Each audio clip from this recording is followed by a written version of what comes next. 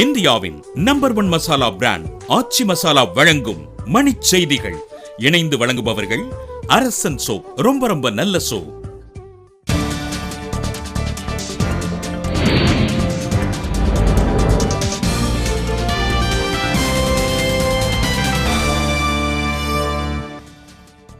பருவநிலை மாற்றம் தொடர்பான பாரிஸ் உடன்படிக்கையை நடைமுறைப்படுத்த நடுவண் அமைச்சரவை ஒப்புதல். திருப்பதி அருகே மூங்கில்வெட்டு வனப்பகுதியில் செம்மரத்தை வெட்டி கடத்திய 2 பேர் கைது. சீக்கியர்களுக்கு எதிரான கலவர வழக்கில் முன்னிலையாகுமாறு காங்கிரஸ் தலைவர் ஜெகதீஷ் டைட்லருக்கு நீதிமன்றம் அழைப்பாணை. சிந்து நதி உடன்படிக்கையை இந்தியா தன்னிச்சையாக மாற்ற முடியாது என பாகிஸ்தான் பிரதமர் நவாஸ் ஷெரீப் சாடல். வட சென்னை அனல் மின் நிலைய 2வது அலகில் கொதிகலன் குழாய் பழுது காரணமாக 600 மெகாவாட் உற்பத்தி பாதிப்பு.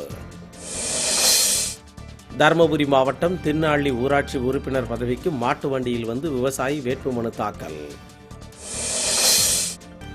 கோவில்பட்டியில் பெண் வேடமிட்டு இரவில் சரக்குந்து ஓட்டுநர்களை தாக்கி பணம் பறித்து வந்த கொள்ளையன் கைது.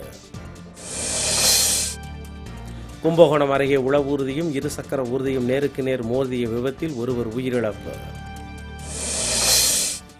உலக இதய நாளையொட்டி நாடு முழுவதும் இன்று பல்வேறு மருத்துவ விழிப்புணர்வு நிகழ்ச்சிகளுக்கு ஏற்பாடு.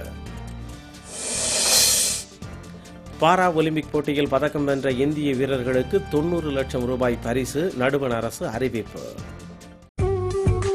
இந்தியாவின் நம்பர் 1 மசாலா பிராண்ட் ஆச்சி மசாலா வழங்கிய மணிச் செய்திகள். இணைந்து வழங்கியவர்கள் அரசன் சோப். ரொம்ப நல்ல சோப்.